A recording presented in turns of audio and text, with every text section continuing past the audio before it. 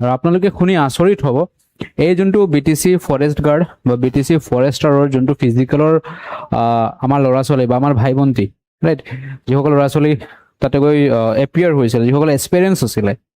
তেওঁলোকে পাছ কৰা সংখ্যা দেখি আপোনালোকে আচৰিত হ'ব আৰু নাম্বাৰ অফ পোষ্ট কিমান আছে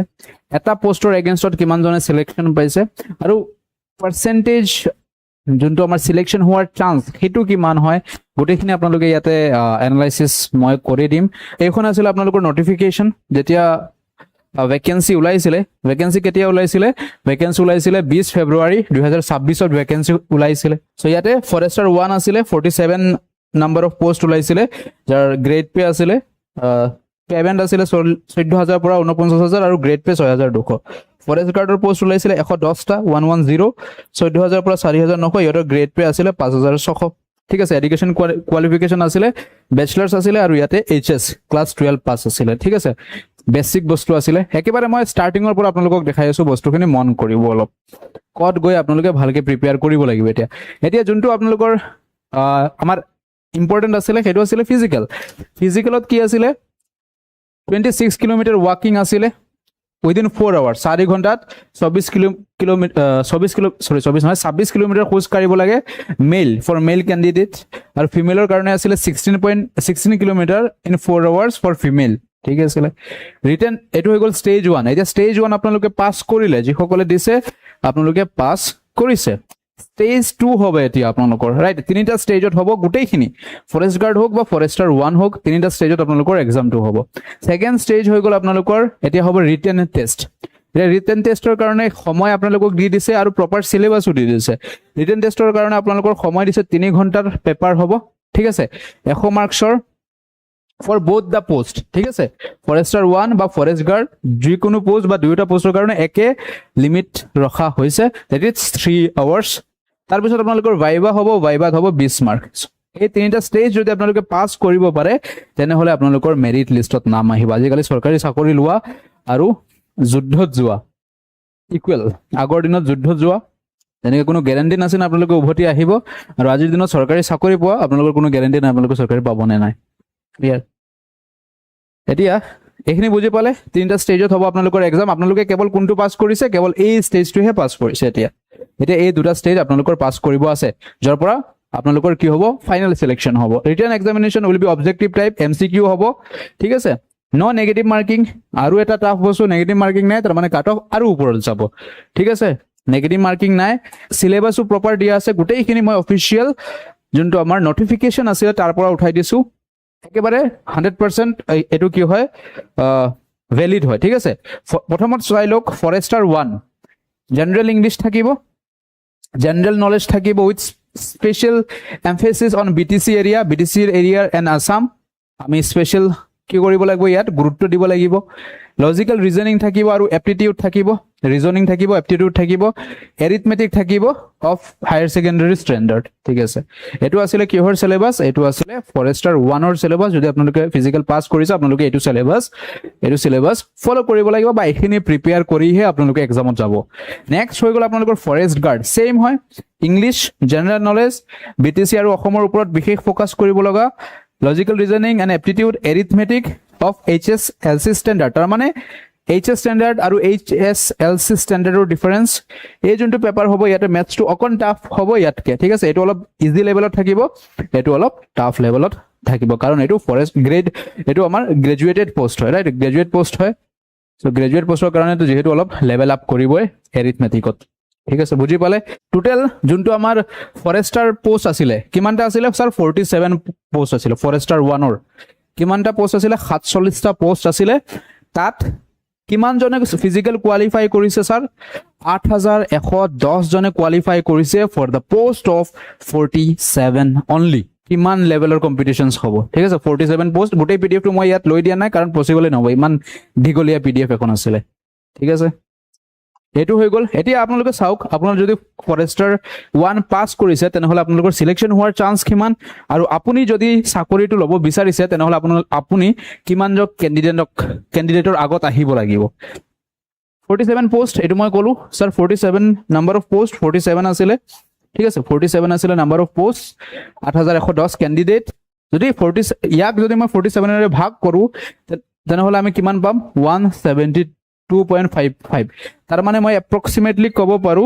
1 পোষ্ট ফৰ এভৰি 173 কেণ্ডিডেট মানে 173 কেণ্ডিডেটে এটা পোষ্টৰ কাৰণে ফাইট কৰিব লাগিব এটা পোষ্টৰ কাৰণে এটা পোষ্টৰ এগেইনষ্টত কিমানজন থাকিব 173 কেণ্ডিডেট ওকে সিলেকশন প্ৰবাবিলিটি আপোনাৰ সিলেকশন হোৱাৰ চান্স যদি পঢ়া শুনা কৰিছে ৰাইট যদি ভালকে পঢ়া শুনা কৰিছে তেনেহলে চান্স বেছি আছে ইন জেনাৰেল মই মানে সাধাৰণ লেভেলৰ প্ৰিপাৰেচন ৰাইট যতৰ পৰা পঢ়ি আছো চান্স কিমান 0.5795 মানে 0.5 ধৰি লোৱা বা 0.6 এপ্ৰক্সিমেটলি কিমান পাৰ্সেন্ট চান্স আছে আপোনাৰ সিলেকশন হোৱাৰ যদি সিম্পল স্ট্যান্ডাৰ্ড ফলো কৰে 0.6% এতিয়া স্যাৰ 0.6% কইটো আপুনি আমাক ডিমোটিভেট কৰি আছে আপুনি কৰিব লাগে আমাক মোটিভেট আপুনি কৰি আছে আমাক ডিমোটিভেট ইয়াত মই ডিমোটিভেট কৰিব অহা নাই আপোনালোকক দেখাব আহিছো ৰিয়েলিটি ওকে কম্পিটিশনাল লেভেলৰ ৰিয়েলিটি কি হয় এতিয়া যদি আপোনালোকে এটা পোষ্ট নিজৰ নামত কৰিব বিচাৰে আৰু এটো ইম্পসিবল নহয় আপোনালোকে কৰিব পাৰিব যিসকলে সিলেকশন হ'ব তেওঁলোকটো মানুহ ন তেওঁলোকে সিলেকশন ল'বই এই 47 পোষ্ট কি খালি এডিট হ'ব নেকি গভৰ্ণমেণ্টে নাই 47 পোষ্ট টু ফিল হ'ব তাতে 47 অফিচাৰ বহিবই 47 ফৰেষ্টাৰ বহিবই ৰাইট তেওঁলোকে পোষ্ট পাবই এটা তেওঁলোকে কেনেকৈ পাব ফাৰ্স্ট হল তেওঁলোকৰ প্ৰিপাৰেচন কি থাকিব লাগিব তাত প্ৰিপাৰেচনৰ এটা ৰোড মেপ থাকিব লাগিব প্ৰিপাৰেচনৰ এটা ষ্ট্ৰেটেজি থাকিব লাগিব কি পঢ়িব লাগে কেনেকৈ পঢ়িব লাগে আৰু আপোনালোকে যদি ভালকে প্ৰিপাৰেচন কৰে কম্পিটিশনত আৰামসে আগুৱাই আহিব পাৰিব কাৰণ যেটা কোয়েশ্চন খুদে কোয়েশ্চন লেভেলস আর বহুত বেশি ইজি খুদে ইমান হার্ড একো নুখুদে কেবল আপোনালোকে জানিব লাগিব কৰ পৰা কোয়েশ্চনস আহি আছে আৰু কি কোয়েশ্চনস আহি আছে ফৰেষ্টৰ বুজি পালে ফৰেষ্টৰ ক্লিয়াৰ হল এতিয়া ফৰেষ্ট গাৰ্ডত আহক ঠিক আছে ফৰেষ্ট গাৰ্ডত আহক এটা ফৰেষ্ট গাৰ্ডৰ এনালাইসিস আপোনালোকক কৰাই দিও ফৰেষ্ট গাৰ্ডত কিমান পোষ্ট আছিল স্যাৰ টোটাল 110 পোষ্ট ওলাইছিল 110টা পোষ্ট ভেকেন্ট পোষ্ট আছিল কিমান জনে ফিজিক্যাল পাস কৰিছে 17481 কিমান জনে ফিজিক্যাল পাস কৰিছে 17481 ৰাইট 17481 পিপল তেওঁলোকে ফিজিক্যাল পাস কৰিছে আৰু তেওঁলোকে ফাইট কৰিব কিহৰ কাৰণে তেওঁলোকে ফাইট কৰিব 110টা পোষ্টৰ কাৰণে কিমান জন মানুহে স্যাৰ 100 পোষ্টৰ কাৰণে 500 মানুহও নহয় 1000 মানুহ হলেও নহয় 17000 মানুহে 17000 এসপাইৰেন্টে ইয়াতে ফাইট কৰিব লাগিব এটা পোষ্টৰ কাৰণে কিমানটা পোষ্ট আছিল আমি স্টাৰ্টিংত দেখিছিলো স্যাৰ 110টা পোষ্ট আছিল তাতে ক্যান্ডিডেট 17481 মোৰ ইমান ঢিগল পঢ়োতে লাগি আছে ৰাইট এতিয়া 158 এটা পোষ্টৰ 158.9 সো আমি এক এপ্ৰক্সিমেট ভ্যালু যদি লও এটা পোষ্টৰ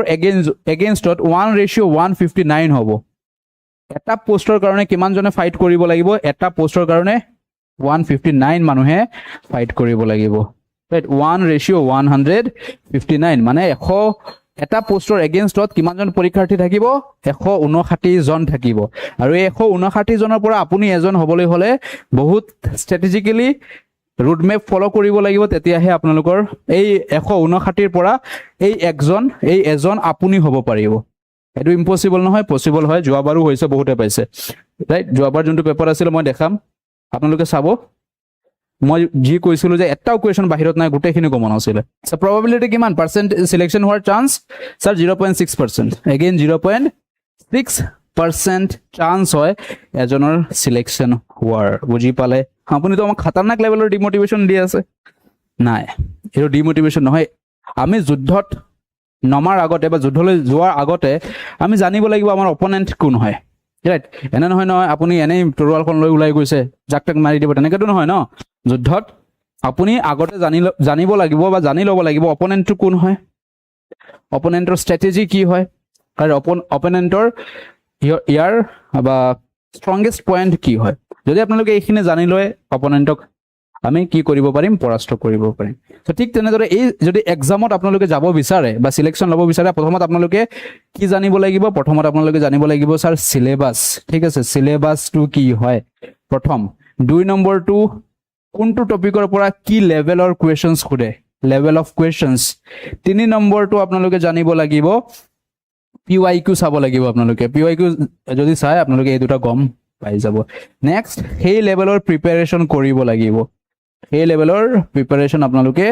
চলাব লাগিব যদি সিলেকশ্যন ল'ব বিচাৰিছে আৰু সিলেকশ্যন হ'ব এনে নহয়তো পোষ্টকেইটা খালী নাথাকে সিলেকশ্যন হ'বই কিন্তু আপোনালোকে কি কৰিব লাগিব বেছি সময় নিদিয়ে আপোনালোকক কিমান দিব বেছিকে বেছি 2-3 মাহ দিব ৰাইট ধৰি লওক 90 ডেজ ৰাইট 90 ডেজতকৈ বেছি নাপায় মোৰ হিচাপত 90 ডেজে দিব কাৰণ ইমান সোনকালে যদি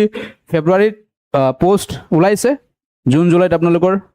আপোনালোকৰ কি হ'ল ফিজিকেল হ'ল এণ্ড আগষ্টত ফিজিকেলৰ ৰিজাল্ট দি দিছে চ' মোষ্ট প্ৰবলি 90 ডেজ বা 90 ডেজতকৈ কমো হ'ব পাৰে আপোনালোকৰ হাতত সময় আছে এই পোষ্টৰ কাৰণে ফাইট কৰিবৰ কাৰণে আৰু এনেকৈ ফাইট কৰক আৰামছে সিলেকশ্যন লৈ আহিব পাৰিব ঠিক আছে একে ধৰণৰ বস্তুখিনি আপোনালোকে পঢ়িব লাগিব চ' ইয়াৰ ক'ত পঢ়িব ক'ত পাব এইখিনি আপোনালোকে দুটা বেচত পাই যাব আপোনালোকে কৈ আছে কি सर प्राइस ज़्यादा हो गया किंतु वहाँ पे तो मैं सोच रहा था टेस्ट भी देंगे अब टेस्ट कैसे दे पाएंगे फिर टेस्ट कैसे देंगे फिर राइट 999 में तो कोर्स के साथ टेस्ट भी मिलेगा ना वो भूल गए कि आप लोग टेस्ट नहीं चाहिए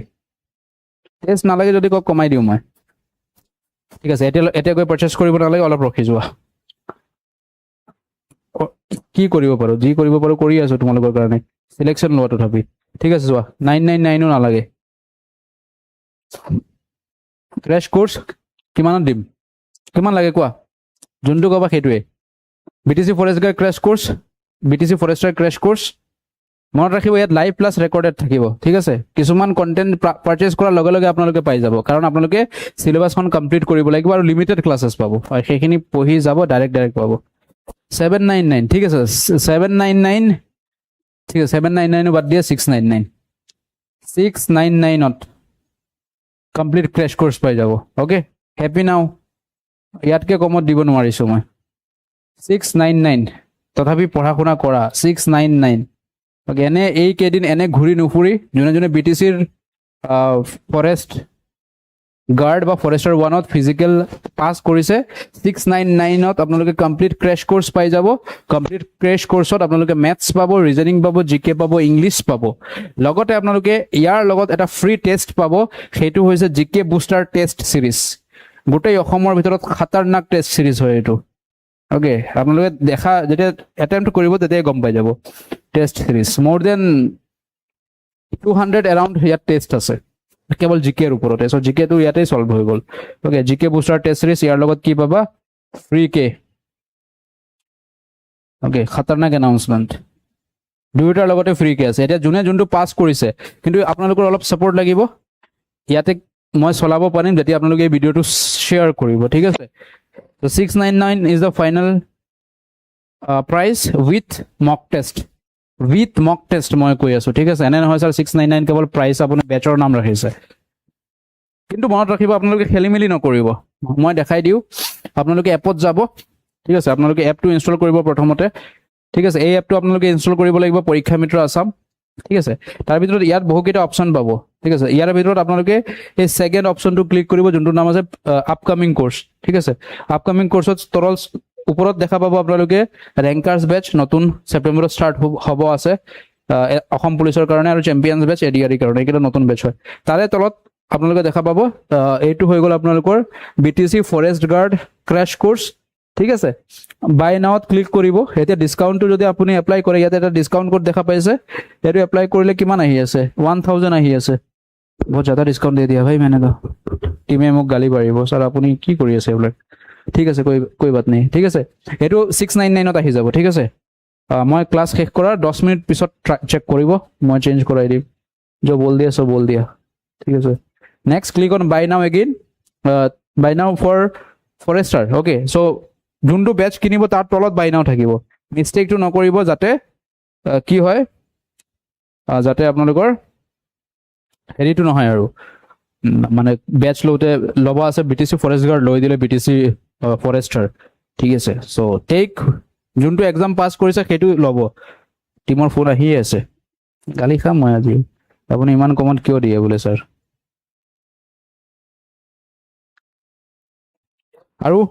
और कुछ सेवा कर सकते हैं आप लोगों के लिए बताइए